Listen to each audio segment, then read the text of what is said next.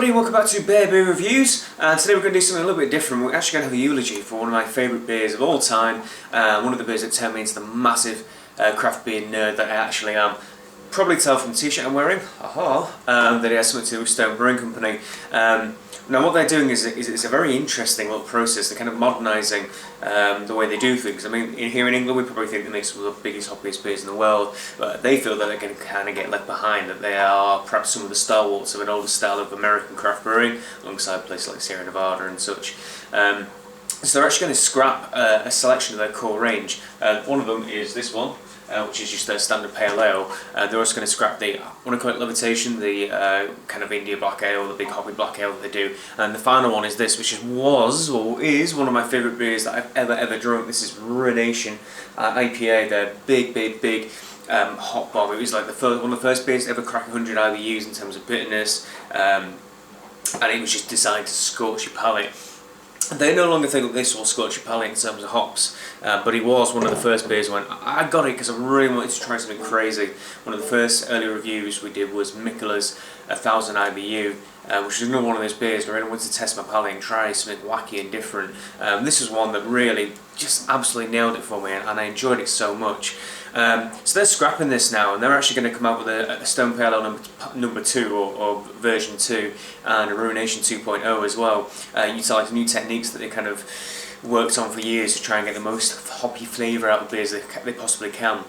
So this is probably one of the last ones around. Unfortunately, if you can see there, it is just past its enjoy by date. It's the 21st of May this year. It's now the 24th of May, 25th of May when we're drinking this. So it's a little bit past its enjoy by date, but it's probably still going to be relatively alright. And you can probably imagine it's going to be one of the last of its kind before they release. I know the 2.0 is already out in America. So I wanted to do like a posthumous review of this little fellow and see, because my palate has changed a lot since I first had this beer, and I'm sure many of your palates might have changed as well if you've been following me along. So I really want to try this again before it goes, and then we're going to try the 2.0 hopefully when it comes out, see if I can get some across from America and kind of review that one and see what the differences are. So, crack this fellow open and let's pour it out into a glass, see what we have. I might actually read the spiel out on the side of it as well, because it is a nice little laugh to read what Stone always put, because it's always that kind of, with some craft it hurts sort of thing. But we'll go for a little bit of our own first and perhaps taste it, and then I'll read it towards the end. So, first things first, what always amazed me about this beer is that massive luminescent orange colour. It really is kind of vibrant. It's almost like a high-vis orange. That's kind of a weird description, but almost like a high-vis orange, which is great. Fantastic lacing on the head as well from all those little hops. There's 100 IBUs worth of hops. Nice and tight little head as well. Looks great, really. Nice big chill layers on it. So, let's go do a little smell and see what we have. Yeah, so this is an old bottle, right? But it's still just the most unbelievable dank note. It's got this kind of humongous citrus, grapefruit edge, and this unbelievable oniony garlicky dankness. Hops are kind of like the allium and the marijuana family, so that it's unsurprising really. But it is like marijuana, onions, garlic, citrus, grapefruit, big juicy oranges all in a glass. It's surprising me how much aroma there is, considering this is an old bottle, but it really is cracking. Still pongs me crazy. And it still put a smile on my face. So cheers everyone, let's get in there and give it a try. Oh, actually before I do that, I had the Brewdog Born to Die last night, which is their version of kind of Stone's Enjoy By series, the new ones.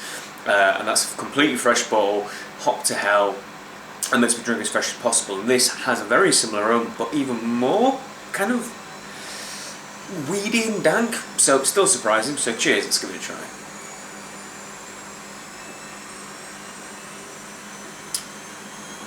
Hey, that'll tick every box for a hophead you will ever want to try. Yeah, it's all those flavours you got on the nose are in the glass. It's just so dank. It's just so dank. It's marijuana and it's onion and it's garlic, and it's resinous and it's piney. It's got this nice sweet little bit of kind of malt backbone as well, a little bit of caramel, kind of a little bit of biscuit as well, but it's very much reserved. It finishes absolutely bone dry again. I've just had two kind of crazy IPAs with this Born to Die and this, and they're both fantastic examples of the style. This is one of my favourite beers ever produced. Now, they say it's devastatingly bitter, and perhaps it isn't as much as when I first tried it. It tastes like a big double IPA to me, and it's clocking in at 8 and a little bit percent, I believe, 8.2. So it is in the American double IPA range, and it holds its head up high there. It's a classic of the style, and that's what excites me so much about what could be coming from the 2.0. I mean, if they're not happy with this and they think this is getting left behind, then what do you think Stone are going to do next? And that's what's kind of scary, worrying, and also very exciting. Yeah, so if you do see some of these Ruinations, I know that Brewdog's got some online, because this is where I got mine from when I got the Born to Dies. Literally go out now and grab some, because they will probably have already gone, and they will probably be well out of date. I imagine this video won't be online for a little while. But I wanted to have a little tribute to one of my favourite beers of all time. This is the last time I shall ever have it, I'm afraid, and I'm going to very much enjoy it. It is a beautiful beer, even though Stone want to go away and make something better than this, if that's believable. I've already reviewed this before, but I mean, it was a 9.5, I think, almost a 10 when I tried it the previous time. It's from the brewery, it was even more unbelievably dank and resinous as well. It was just like, it's one of my favourite beers. So, yeah, keep it at that, I suppose. It's a 9.5, and I can't wait to see what Stone do next. So please like, favourite, comment and subscribe. And an important question I want to know from all of you actually is, what was your gateway beer into being a hophead or whatever, into an Imperial Stout head, whatever? What was that beer that really changed you? Because this is it for me, Stone Ruination.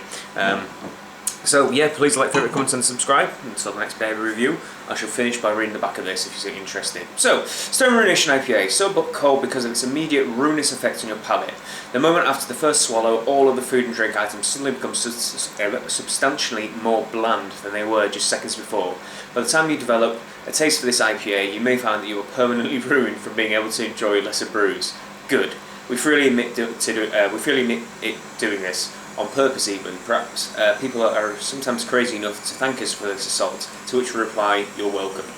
Out of the smouldering ashes of the Stone Anniversary IPAs, the Ruination IPA is born, rising like the phoenix coming over this over-hopped jewel, bringing with it not the acrid sting of smouldering embers, but the abundantly pungent aroma of hops, beautiful hops, glorious hops. If you're not already confirmed hophead, if you have not had the joy of being converting your palate to the glory of righteousness, then this is not the place to start, for it will bring you nothing but shock. All its richly laid subtleties will be for naught. Intense hop character will only be perceived as a binding and blinding bitterness. Does the experienced hop lover perceive this in a different way? Well, yes and no. The matriculated imbiber is not numb to that rambunctious rush of bitterness. Indeed, that is the major element of the allure. However, they are also able to look beyond the well-spoken yet understated malt presence, the aromatic alcohol tones, the swirling meld of naturally occurring complex flavour compounds, courtesy of our little friends known as brewers' yeast cells. God bless the yeast, the malt, and the hops.